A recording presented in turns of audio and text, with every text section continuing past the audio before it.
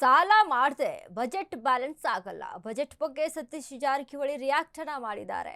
ಸಾಲ ಮಾಡದೆ ಬಜೆಟ್ ಹೇಗೆ ಬ್ಯಾಲೆನ್ಸ್ ಆಗುತ್ತೆ? ಕೇಂದ್ರ ಸರ್ಕಾರವು ಕೂಡ ಬ್ಯಾಲೆನ್ಸ್ ಅನ್ನ ಮಾಡುವುದಕ್ಕೆ ಸಾಲ ಮಾಡೇ ಮಾಡುತ್ತೆ ಅನ್ನುವಂತ ನಿಟ್ಟಿನಲ್ಲಿ ಸತೀಶ್ ಜಾರಕಿಹೊಳಿ ಹೇಳಿಕೆಯನ್ನ ಕೊಟ್ಟಿದ್ದಾರೆ.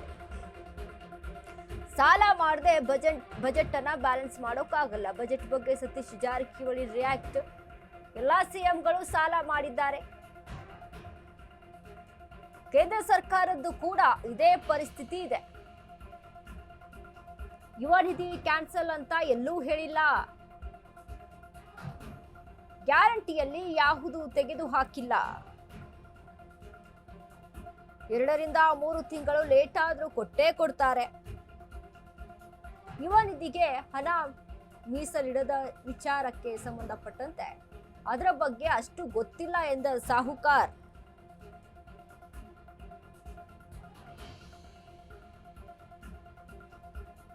ಈ ಬಾರಿಯ ಬಜೆಟ್ನಲ್ಲಿ ಸಾಲ ಹೆಚ್ಚಾಗಿದೆ ಅನ್ನುವಂತ ವಿಚಾರಕ್ಕೆ ಸಂಬಂಧಪಟ್ಟಂತೆ ಸತೀಶ್ ಜಾರಕಿಹೊಳಿ ಹೇಳಿಕೆಯನ್ನ ಕೊಟ್ಟಿರುವಂತದ್ದು. ಸಾಲ ಯಾರು ಮಾಡಲ್ಲ, ಸಾಲ ಮಾಡದೆ ಬಜೆಟ್ ಮಾಡಕ್ಕಾಗುತ್ತಾ? ಕೇಂದ್ರ ಸರ್ಕಾರ ಪರಿಸ್ಥಿತಿನೂ ಕೂಡ ಅದೇ ರೀತಿಯಾಗಿದೆ. ಯುವ ನಿಧಿ ಇನ್ನು ವಿಚಾರಕ್ಕೆ ಮಾತನಾಡಿದಂತ ಸತೀಶ್ ಜಾರಕಿಹೊಳಿ, ಯುವ ನಿಧಿಯನ್ನ ಕ್ಯಾನ್ಸಲ್ ಮಾಡಿದ್ದಾರೆ ಅಂತ ಯಾರು ಹೇಳಿದ್ರು? ಯಾವ ಗ್ಯಾರಂಟಿಯನ್ನು ತೆಗೆದುಹಾಕುವಂತ ಪ್ರಸಂಗ ಇಲ್ಲ. ಸ್ವಲ್ಪ ಲೇಟ್ ಆಗ್ಬೋದು, ಬಟ್ ಕೊಟ್ಟೇ ಕೊಡ್ತಾರೆ.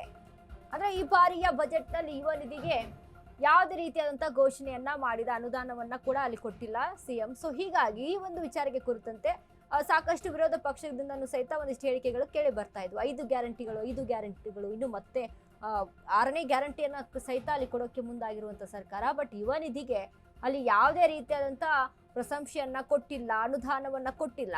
ಹೀಗಾಗಿ ಯುವ ನಿಧಿಯನ್ನ ತೆಗೆದು ಹಾಕ್ಬಿಟ್ಟಿದೆ ಸರ್ಕಾರ ಅನ್ನುವಂಥ ನಿಟ್ಟಿನಲ್ಲಿ ಒಂದಿಷ್ಟು ಹೇಳಿಕೆಗಳು ಕೇಳಿ ಬರ್ತಾ ಇತ್ತು.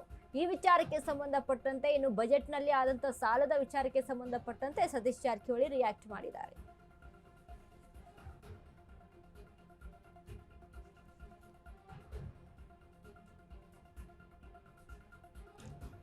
ರಾಜ್ಯದ ಸಾಲದ ಹೊರೆಯು 8.14 ಲಕ್ಷ ಕೋಟಿಯಿಂದ 8.24 ಲಕ್ಷ ಕೋಟಿಯಷ್ಟಾಗುವ ಅಂದಾಜಿದೆ ಅನ್ನುವಂಥದ್ದು ಒಂದಿಷ್ಟು ಅಂದಾಜಿಸಲಾಗಿತ್ತು.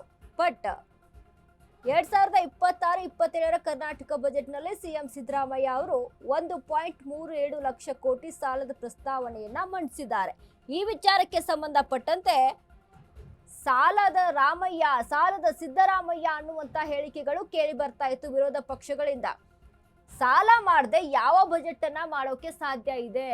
ಸಾಲ ಮಾಡದೆ ಹೇಗೆ ನಡ್ಸಕ್ಕಾಗುತ್ತೆ ಅನ್ನುವಂಥ ನಿಟ್ಟಿನಲ್ಲಿ ಸತೀಶ್ ಜಾರಕಿಹೊಳಿ ಅವರು ಮಾತನಾಡಿರುವಂಥದ್ದು.